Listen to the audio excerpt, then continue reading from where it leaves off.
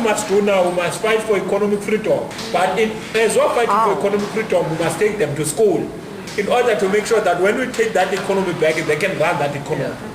They must know where they are coming from, what they stand for, what they want to achieve. They must know the vision of the country. They must know the national symbols.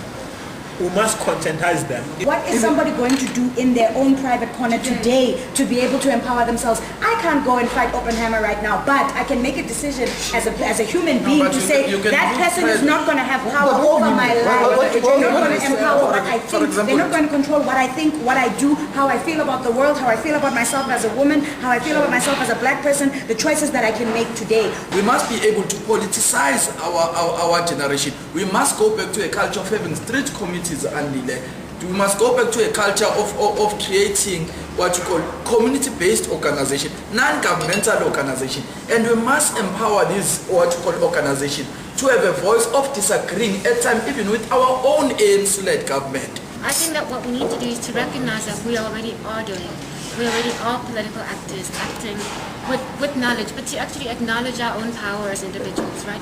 We may not be able to change the big, grand political things, but as I choose to wake up every morning, as I choose to be a good person, as I choose to bring up my children in a really good way, as I choose to continue to go to school when they tell me that black children don't actually need to go to school because you're not going to make anything of yourself, when I make the choices that I make, I am acting every day in a political way and in a meaningful way, and that we understand that meaningful political action is not in the political party, is not in the state, but is in the individual.